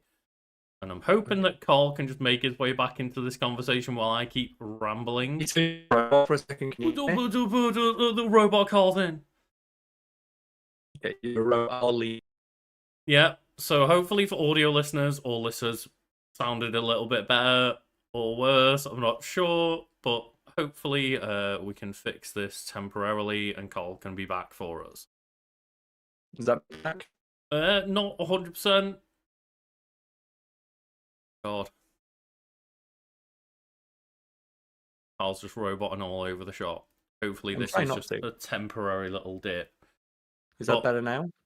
Oh, that's looking a bit better, yeah. There we go. Just a temporary dip. It's like Nintendo heard we were talking some shit. Like Nintendo lawyers just were like, you know what? We can hear the words being said. Just Nintendo leaks. Just shut them Exactly. Yeah. down. So let's move on to Mario Odyssey now. So that's why you picked the topic of Mario Odyssey, but you're not talked about Mario Odyssey yet. So let's talk about Mario Odyssey. Yes, we will. So Super Mario Odyssey is a 2017 platform game developed and published by Nintendo for the Nintendo Switch. An entry in the Super Mario series, it follows Mario and his new ally, Cappy, the sentient hat that allows Mario to control other characters and objects as they journey across various kingdoms to save Princess Peach, of course, from Mario's nemesis, Bowser's plans of forced marriage. Very weirdly worded there. Yes. Oh, Robot Carl still here. Oh no. But yeah, just it does say here that in contrast to the linear gameplay elements of prior entries, this game returns to the primarily open-ended 3D platform gameplay featured in Super Mario 64 and Super Mario Sunshine. Hopefully we've got Carl back in some way, but I'll continue as he's disappeared. There we go.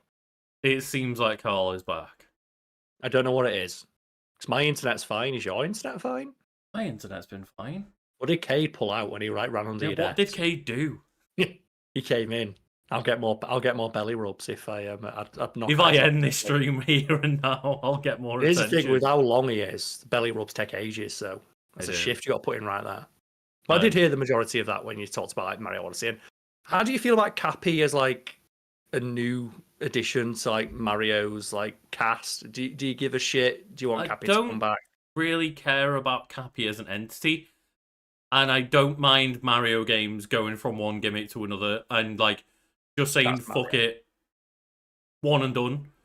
I really don't mind that. Like same with like, you know, Flood in Sunshine. I enjoyed some elements of Flood in Sunshine, and it's like that was fun for one game. I don't want to see it back. And the Cappy element of like the capture mechanic, I think was incredibly cool. That is interesting, yeah. So the idea of getting to play as the different Mario villains you've spent literally decades interacting with, that's fun. And like obviously the final bit of the game's been out for like a decade now, almost, right?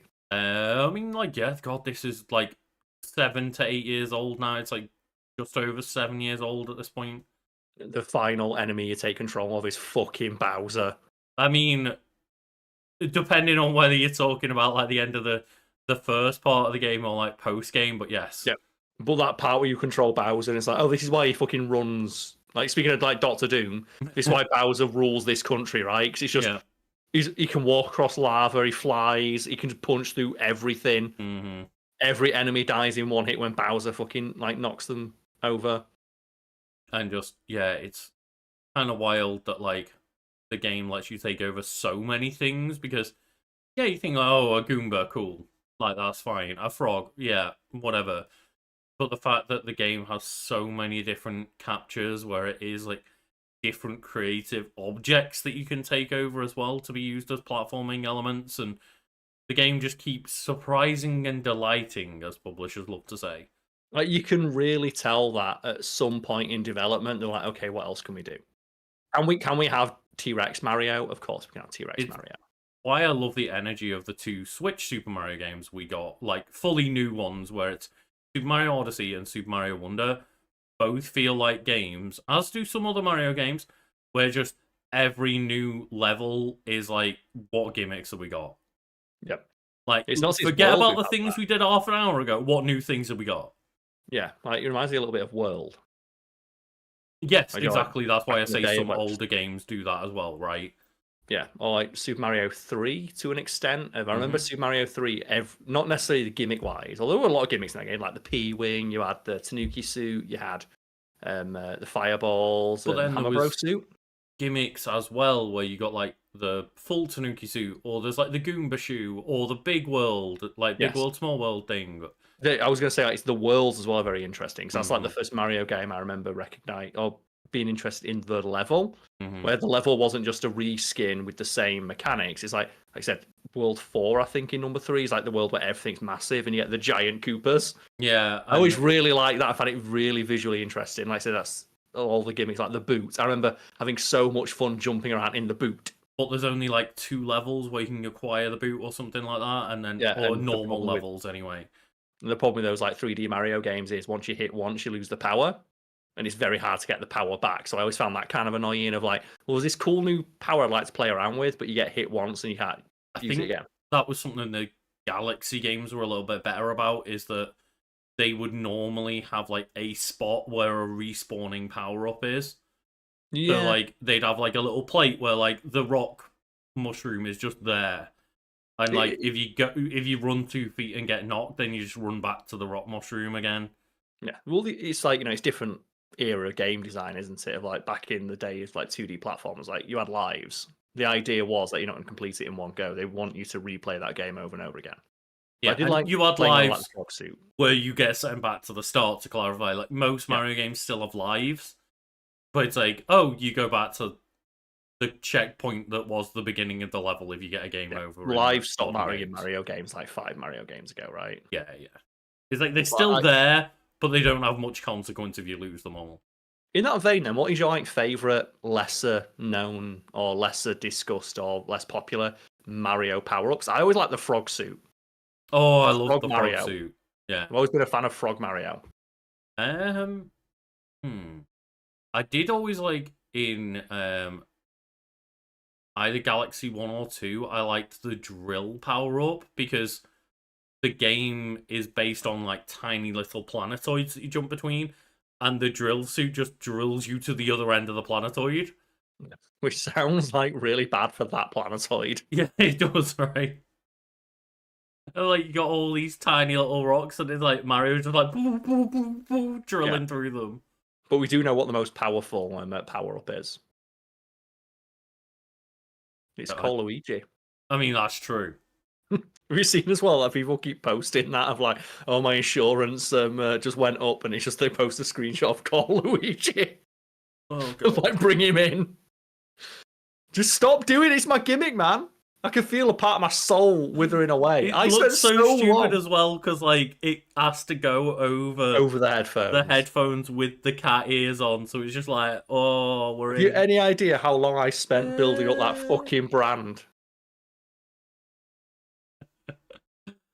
And of course, like the reason I wore this was because we were talking about Mario, not to fuck with the green screen. I literally sat down and went, "Oh yeah, oh this is happening." But yeah, that Luigi merch is sold out in a lot of places. Oh, because he's now being like recontextualized as being in support of the dude who shot the CEO. That's why I'm wearing it, baby. Now, that's one of those things where we're not going to cover it on Wiki Weekends because it ultimately concerns death, and that's not generally something we want to talk about. No. But it is a fascinating story. Of like, have you seen stuff like they don't know if they're going to be able to get a jury because they don't know if they're going to be able to get 12 people who are unbiased. Average Americans. Yeah, who are unbiased against insurance. It's like, how do you look at that and not think maybe the insurance system fucking sucks? Maybe we should do something about this, yeah. Anyway, Carl, getting back to Mario Odyssey, as it mentions, it is one of the primarily open-ended games, which I have, kind of since playing Mario 64, kind of been a fan of over the kind of more linear Mario games, and they are maybe some of my favorite ones. I do love the 2D games, and I love the open-ended 3D games. The more linear 3D games like Galaxy are like great, but I have less fun replaying those. Because there's just you have less creativity as a player to explore the world, and like you can't generally do the thing that's really fun about stuff like Mario 64 of going back to earlier levels with your new, not upgrades in that game, but new skills and new knowledge of the moveset, right? Whereas in the newer games you do get new power-ups and stuff, right? Yeah, but realistically, Super Mario Odyssey, it's just that his moveset is that broken that you watch people who are good at the game, like speedrunners and stuff. Oh, yeah. and they can pretty much break open that game in every single level with Mario's base moveset because it's that good. Is that like the most powerful Mario's been, you think? Yeah, base Mario, yes. Like movement wise, like Odyssey Mario is like untouchable. Mm-hmm. But I'm just thinking like the addition of like Cappy of like his ability to control things. Although I do think like his 64 like power set is kind of broken. It's like Metal Mario is still absolutely ridiculous as a power. Metal Mario is pretty insane, but it's also pretty insane to just be able to take control of your enemy. Yeah. Like Including Bowser. if Mario Odyssey Mario came across Metal Mario, he could just capture him. Well, he's already wearing a hat. Could knock that out. He could, but it's a metal hat. And also, I think that Metal Mario is pretty strong, but I know one technique to beat Metal Mario. It's Walk to off the edge. stand at the edge of the platform, grab and back throw, and just be like, doo-doo. Is there anything funnier than when you play like Super Smash Bros. Melee and you get like the metal battle and it's a fox and he just side B's off the edge? What? That was always the thing I knew is like, okay, Metal Mario is pretty tough if you let him take control of the situation. But if you just spawn in, stand at the edge and back throw, there's a 50% chance that AI is not making it back. Just instantly dies, yeah. Mm. Oh man, I always forgot as well, like not forgot, but I just got to mention with like the Mario power-ups. I love that Mario power-ups have their own theme song. Oh yeah. Like obviously Like, everyone knows like the star power-ups theme of like all the remixes, like the Wing Cat one always sticks out in my head as being just such a good song. It's so relaxing, like the Wing Cap like song in like Mario 64. I always love that. And the one thing that I will give massive credit to in terms of the design of Super Mario Odyssey over the other open-ended Mario games is the fact that you don't get returned to the hub world when you pick the moon. You can just keep going in the world because there's more to explore. Going. Yeah, I have. That is something that is really frustrating when you replay Mario 64. Of just, but I wanted to explore that world some more. Yeah, like I wanted to go throw like more bombs off the edge. Especially when it's one of those where you can see the star and then you collect like the 100 coins. And it's like, well, you're near the end of the stage. Do you want the end of the stage star or do you want the 100 coin star? Yeah. And you're like, I guess I'm going to take the 100 coin star because it's going to be quicker to just like jump my way to the end of this level than it is to collect another 100 coins. Yeah. It's like, oh man, I'm just such a fan of like how polished Mario games are. Mm-hmm. And, you know, one would presume at this point that it's been that long. You know, the team Nintendo EPD who worked on Mario Odyssey have like not published or not put out another game. Nintendo have published other Mario games, but that specific team has worked on Mario Odyssey has not like put out a brand new game since Mario Odyssey. So the assumption must be there's got to be another one. Well, it has to be. Well, if Switch 2 means there's going to be a new Mario game, right? Every Nintendo console, pretty much, nearly every single one, at least the successful ones, launch with a Zelda or a Mario game, right? As they should, right? It's like it's a license to print money. And new enough every Mario game has done something different. Obviously, like the GameCube didn't, it launched with Luigi's Mansion, but Super Mario Sunshine was in like the launch window, I believe. Yeah, like within a couple of months of release, right? Yeah, like we've got to imagine because we've had 2 mainline Zelda games since the launch of the Switch, and only 1 mainline Mario game, at least 3D Mario game. We had Wonder. But again, that's a different team. You got to imagine. I've got an idea, Lucas. Do you like Sonic did the crossover where they established that 2D Sonic and 3D Sonic are 2 different characters? And they had like the game that combined both. Do you think they could maybe do that with Mario, or wouldn't like Nintendo just not want to be seen as copying Sega? I also just think Mario is Mario, right? As far as Nintendo were concerned. Not different Marios, I would not imagine anyway. Like there's like Paper Mario. They might insist that Paper Mario is a different entity, but Nintendo always seem to act under the assumption that Mario is just Mario. Yeah, but do you think they could like somehow combine those elements? Because there's like, thinking about it, there's so much stuff from Mario that, like you said, was in one game that never came back. Like, is the Tanuki suit, has that ever appeared in any other fucking Mario game? Yeah, Super Mario 3D Land and World. But has it appeared in a 3D game yet? Well, the 3D in the title, Carl. Oh, sorry, what is like one of the modern ones? Is it appear in Odyssey at all? I can't remember. Not in Odyssey, but it's in Super Mario 3D World, which was like the Wii U 3D-ish game, which was they were kind of blends of both the 2D Mario meets the 3D Mario, right? Yeah, that's like 2 games. Like make a super game, put everything in. But yeah, I mean, it's just, I guess it's hard when you got like something like Mario Odyssey to add things like that in there, because the point is that you kind of just spend your entire time capping things with Cappy, right? Yeah, and there's so many powers in that game, but just there's so much to pull from that universe. And the one thing I do like about Odyssey though is all the costumes. Oh yeah. We need to get. What's your favorite Mario costume and why? We is need it to get the Mario? nips out every time. Is it Peach Mario? That's not actually my favorite outfit, but it's one of the best, right? It is. We see that that's like the first time we've seen Mario's upper arms in like literally a decade. Because there was only ever one piece prior to the release of Odyssey. There was only ever one piece of official Nintendo merchandise featuring Mario where he wasn't wearing his overalls, and it was Super Mario Sunshine. Advert. It was the advert for the Tribal Game Boy. And do you remember the Tribal Game Boy? And it had Mario lifting up his sleeve and showing off that tattoo. Tribal tattoo. Oh my god! No, the Jin Kazama tattoo.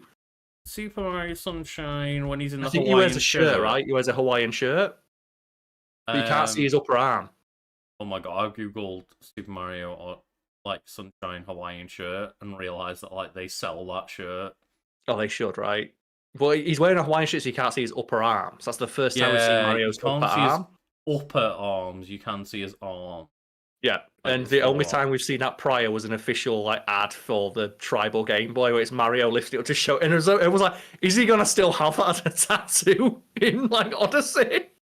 I wonder if I Google like Tribal Arm Tattoo Mario, it comes. Oh, you're gonna find it straight away because I had that Game Boy, and it was the funniest. It was that is like the most quintessential like early 2000s, late 90s piece of tech, right? This is such like it's an early noughties advert, yeah. It's so emblematic of the times of like, God, tribal tattoos fucking sucked. Yeah. And it's so wild as well because it immediately dates Tekken, as you know, when like Jin Kazama entered the Tekken franchise, because Jin Kazama has a tribal tattoo, and it's a mainstay of his character, and it still is to this day. And you can immediately tell Tekken 3 came out late 90s, early 2000s because of that. Look at this. Everybody, if it's cool enough for Mario, ... Yeah. Well, there was like genuinely people wondering, is Mario still going to have that tattoo? Oh, God. And just like, you know, audio listeners, it just Mario, but he's got his left arm sleeve lifted and he's got the tribal tattoo that appears on the Game Boy Advance SP, and then there's just like images of the tribal tattoos on the Game Boy Advance as well. I had that Game Boy Advance. It was so edgy. It was like the most popular one at the time, right? Because it was cheaper. Oh, really? It's like, I think it's after it had been out for a while, so that was like after a console's been out for a little bit, they do a special edition that comes bundled with the game. So you could receive an incredible exclusive gift package that includes like Nintendo VIP 24/7. I can't even read what some of these words say. I'm trying to like zoom in without covering us up too much. Oh god! Like they need to bring that back. If they made a PS5 tomorrow that had a big tribal tattoo on it, I'd buy that shit second one. An internet browser, fucking hell. A wallpaper changer, 3 wallpapers, a screensaver, That say Winamp skin probably does. You know what? I want that screensaver. 500 stars and 4 exclusive MP3s. Like the text is written in sort of bad font. So It's a hard shame to as well. read. There's like Twitter's now an absolute fucking nightmare hellscape.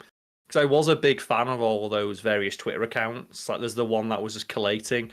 He's just really high res scans of rare 3D models and ads. I always enjoyed those, and they don't really exist anymore because like all the gimmick accounts, are like, we're sorry, but just They're probably the on person Blue who owns Sky, this Carl. website's Come and join racist. us. Come and join us on the light side of the internet. It's like I've said, as soon like I was on Twitter first, he sucks, not me.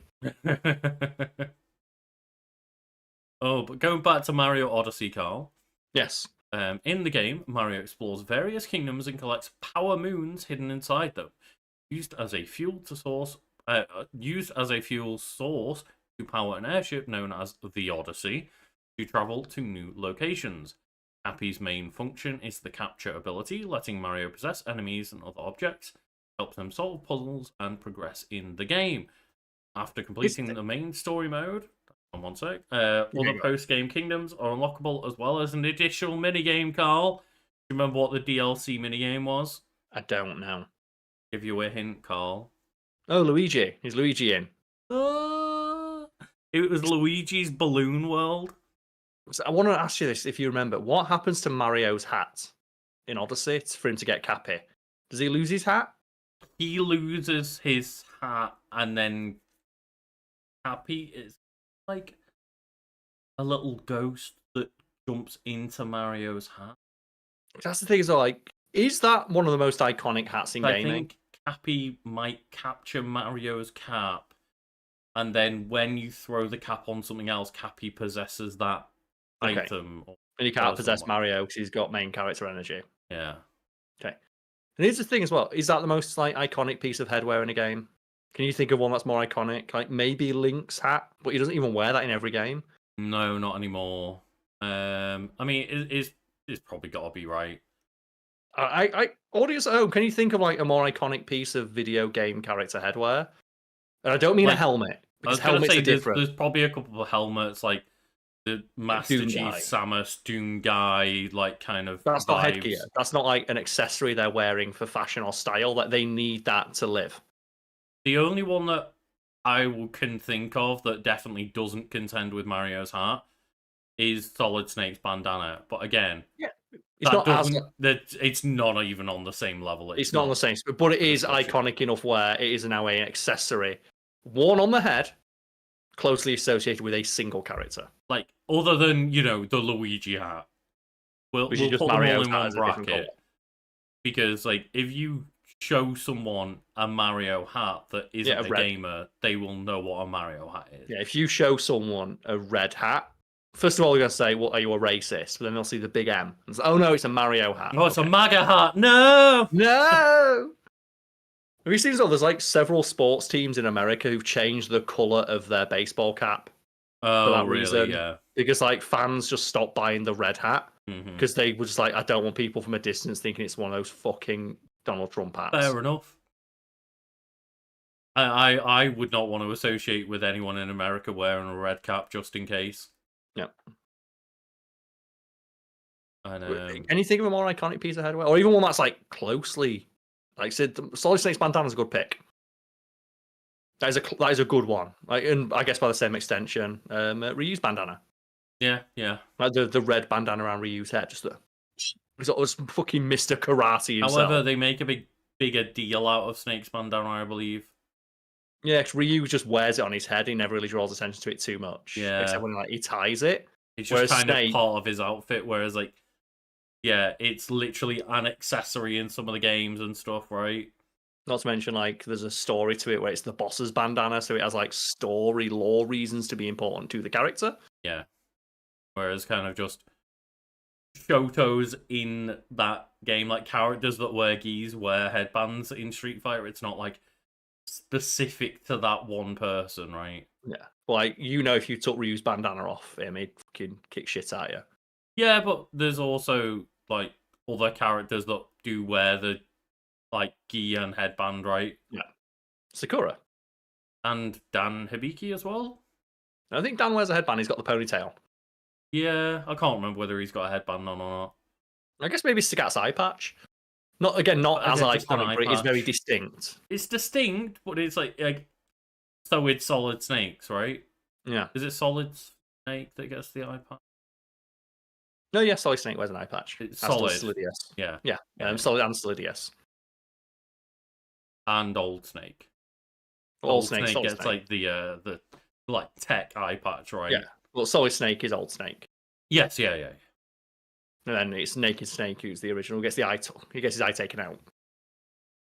But yeah, it's one of those of an eye patch is kind of just again like an eye patch, a bandana. People could easily mistake them for other people's. Yeah. Like if you saw someone wearing a bandana, patches. you would think that's Solid Snake's bandana, right? It's like, oh, you're wearing a bandana. But you see someone wearing that like red hat with a big M on it, that's Mario's fucking hat. Well, like Aiden Pierce's hat. Remember that when Watch Dogs came out and Ubisoft advertised it by saying you will get Aiden Pierce's iconic Watch Dog hat, and it's like he's not been in one game yet. I know one. I know one. I've got it. The Assassin's Hood from Assassin's Creed. I'm going to classify that more of the helmet category though, because it's part of the outfit. It's okay. It's an outfit, right? It's not the white hood. Would you consider like the white hood of the Assassins to be iconic? Not as iconic as Mario, obviously. Nothing will be. No. That's distinct enough to be recognizable. I think the outfit is iconic, and I think the hood is iconic. But like, again, in the same way that like Samus's helmet is iconic, right? Yeah. And I guess you just got to give a shout out to the Mega 64 video where they dress like that and shit. You ever seen that? No. So there's a Mega 64 video where he dresses like Altair or Ezio, I forget which one, but it's like he does the crowd walking thing. He does that, and literally every single person just looks, the fuck are you doing? Yeah. It's the most suspicious thing ever, because like he's played in the game as him like deathly sneaking his way through the crowd. But like, who the fuck has ever walked through a crowd of people going? Exactly. So when you see a person actually doing it, and literally every person, he puts his hand and goes, the fuck are you doing? Yeah. It's the most obvious thing ever. But it's played in the game as being so sneaky. I prefer when it was in the original Assassin's Creed where you could like walk with the group of monks. Yeah, it made sense in that because you'd hide amongst the monks, right? Or sit on the bench with your head down. Mm-hmm. Whereas just like pushing people aside and being so sneaky. Well, so there's a great Mega 64 where he does that, and it's so funny because literally every time. Because how often in a crowd does someone put their full palm on your back and push you out the way? Mm-hmm. Yep. Oh, that's the only one I can think of. That's I might might just be recognizable as a thing from that game. Mm-hmm. Yeah, I can't think of anything that even comes close to Mario's hat and Luigi's hat and stuff. It's also kind of weird because, similar to the red hat, wearing a big white hood could also have you mistaken for. Yeah. Let's not continue, shall we? No, we won't. I will go to just like click on here where it says like the game is developed by Nintendo's EPD, I'll say division, the Entertainment Planning and Development Division, and they have just multiple fucking Mario groups. Team, right? No, because they have like 11 different production groups within that group. Okay. So the production group number 8, also known as Nintendo EPD Tokyo, develops 3D Super Mario games, and that is it. It's the fact they've not got a name. Yeah. They're just called like EPD 8. It's like, come on. Reminds me of like Square Enix, where they've got like Creative Division number 3. It's like, you couldn't think of anything more creative to name your Creative Division. But it's like for Nintendo as well, given how like groundbreaking their games are. Yeah. You couldn't think of even if it's just going to be in acknowledgement of the fact, call it Mario Team. Mm-hmm. So did you see that recently? That's confusing as well, because production group number 10 develops 2D Super Mario games and the Pikmin series. I guess it's like one of those things like, well, we could, I guess colloquially we can just call it that, but on like business records it's called this. Yeah, and like production group number 9 develops Mario Kart and also Word on Arms, and like, yeah, it's one of those of just, they are very specific. Production group number 4 though is absolutely swinging for the fences, Most of them They work are. on 2 or 3 series, and then production group number 4, it says they develop casual and experimental games such as 1-2 Switch, Nintendo Labo, Ring Fit Adventure, Big Brain Academy, Jump Rope Challenge, Game Builder Garage, Nintendo Switch Sports, Everybody 1-2 Switch. They also developed the Alarmo with Nintendo PTD. You know what though? That's probably the most interesting thing Nintendo do. Of like, that's one of the reasons I'm excited for what the Switch 2 is going to do, because is Nintendo like, they're not like 10 for 10, but almost every new console they've ever released features something that becomes industry standard within a generation. Mm-hmm. Yeah, and even if you can say that like each individual catalog of games for a system might not be necessarily the strongest, when you look at like, say for example, oh, the Wii U didn't sell very well, but most of those games that have they then been ported to the Switch have been really well received. They were very good games. And the new technological advances they made, while not well received at the time, the idea of having a second screen that displays game information. How many That was games a now have like a kind of Discord? follow on from the DS, right? Of like, Yeah. how can we try and blend the DS kind of ethos into the home console? And then it kind of became like we've got this like second screen that we can, play remotely from very, very close distances and stuff. And then you can see how those kind of ideas that got put into the Wii U got refined and made into the Switch. Yeah, which is like, a portable console. But I'm just thinking like the idea of a second screen. Like, how many games now have the extra screen you can have off to the side? I said, like, most games have an official Discord.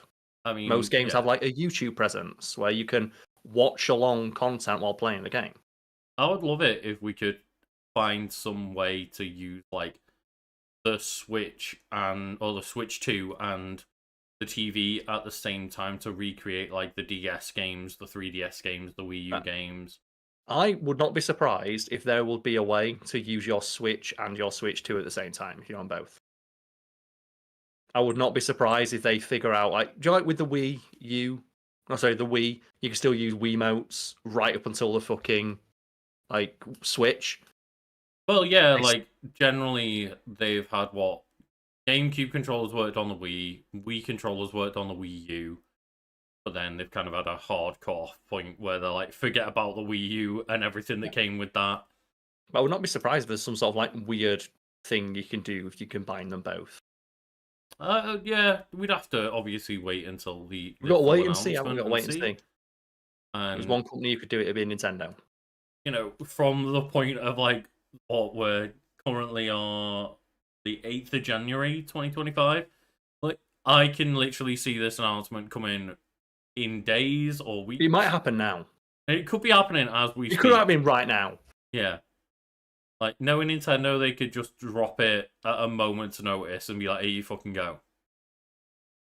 But yeah, like, obviously we haven't talked that much about Super Mario Odyssey. I just as an excuse to talk about the, like, Switch 2 and Mario games and stuff in general and just be, like, quite excited. And hopefully you are all excited for, like, just the Switch 2 coming up. And we can do, like, proper, more in-depth episode on Super Mario Odyssey itself in the future at some point.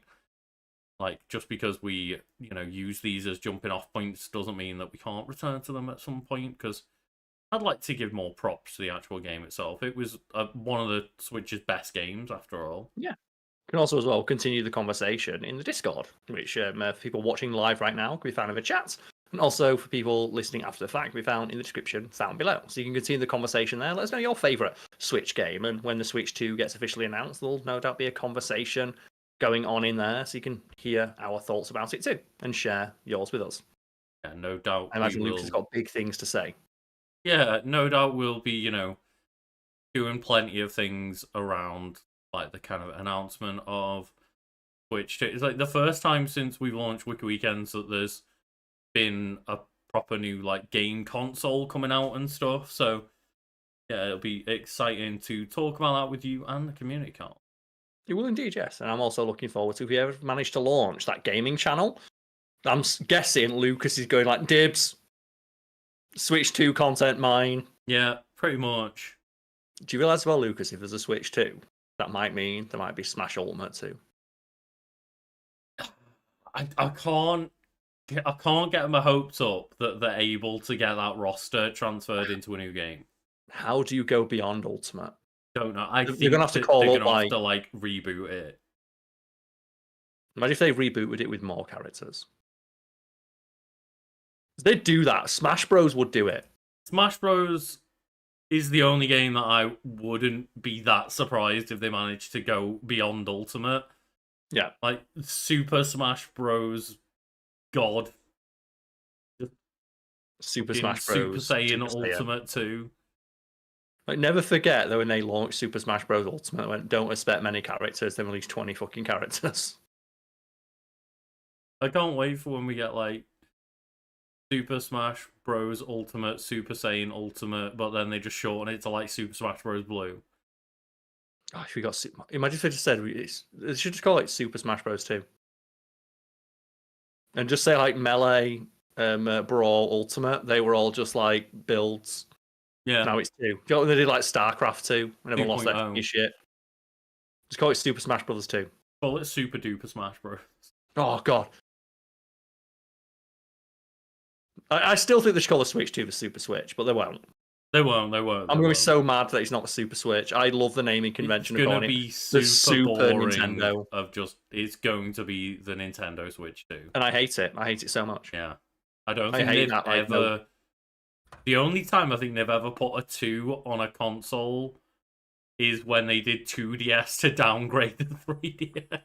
I don't like that it's called the Switch 2. I want it to be called the Super Switch. Mm-hmm. I hate that every technology manufacturer just calls their new thing item name number. At least Xbox don't do that, right? They keep you on your feet with shit names. At least they tried, I suppose. They didn't do a good job at any point. They didn't do a good job, but they tried. Mm-hmm. They tried to make it interesting, but they've just made things more confusing as the years go on. But yeah, I can imagine that's exactly why it's going to be just called the Switch 2. But I would kind of enjoy it if it turned out that when they've been saying like the successor to the Nintendo Switch, that's been the name the entire time. The successor Switch. The successor to the Nintendo Switch. You know what? I'm going to now call it the Super Switch. I don't care. Just from this point onwards, whenever I refer to it, it's the Super Switch. And I'm going to try and get it trending. A lot of people want it, but the issue is a lot of Nintendo fans want it, and they're going to find it hard to like communicate what's super about the Super Switch and whether it's new or an upgrade. Or they went through all this with the Wii U and 3DS. Did, yeah. Whereas just putting a number after it definitively states it is a new thing and it is one better. Yep. Let's do what iPhone did. Call it Switch 3. Fuck it. Call it Switch 5. Oh man, can you imagine if it's like the Switch 3G? Yeah. 3G Switch. They could do something with it. If they call it the Switch 3 and then put like a third handle at the bottom and bring back like the triple handled thing that they did with the N64. Oh god, it would be interesting at the very least, but I imagine the Switch 2, when it is announced, we can all have fun in the comments, like saying how wrong Karl was, but I imagine. Well, I'm not saying they're gonna call it. No, I know. I'm just saying I want them to. Me saying I want them to doesn't mean I think they will. No, I know. Just but everyone tell Karl in the comments how wrong he was when they announced the Nintendo Switch 2. No technology company has the balls to give their thing an interesting name. Like, long gone are the days of the Motorola Razr. It would now be the Motorola R3. Right? Something stupid like that, right? Can we do that one day? Stupid in a non-stupid way. Yeah. Like, can we do a Wiki Weekends on, like, the prototype names of all the consoles? Because they all have such rad-ass names, and then it's like... The Ultra 64! Well, what was, like... Which one was the Katana? That was the... That was like one of the Xbox ones, right? Yeah, the console, they were going to call it the fucking Katana, and it's like, no, call it not Xbox. Like, god damn it! The Dolphin. Oh, the Dolphin, right? The Dolphin. Why did we never get a Nintendo Dolphin? The Nintendo Dolphin would be such a. I would have loved the Nintendo Dolphin. GameCube's a great name as well. GameCube's a great name. It's very. Also, the logo for the GameCube is god tier as well. Yeah. Like the little cube going beep beep beep beep beep beep. Like, absolute fucking 10 on 10. Yeah. But Dolphin's such a fun name. It's like communicates nothing, but like the game. It would have meant something is just like if they you knew committed to what it. it means. That's the thing, right? It's a cube and it plays games, Carl. It's a GameCube. But Like, can you imagine, like, say, "Oh, do you come over and play some Dolphin?" Oh, Imagine inviting your mates over for like a well, they session on the called something a Dolphin. fucking Wii. Yeah. Oh man, do you want to come around for a session on the Dolphin? Let's go. The Nintendo Revolution, and then when they announced it's not a revolution anymore, it's Wii, and everyone went, "What the fuck?" Well, again, I do like the Wii names. It's two people sat next to each other. Yeah. Never forget, we would like to play. Yeah. Handed over the Wiimote. But anyway. Again. Yeah. I've had fun talking very briefly about Super Mario Odyssey and mainly about the Switch 2 and other things surrounding it. Thank you for joining me, as always, Carl. No problem. Thank you for having me. For watching and listening. Okay, we'll see you next time. Yeah, see you all next week. Cheers.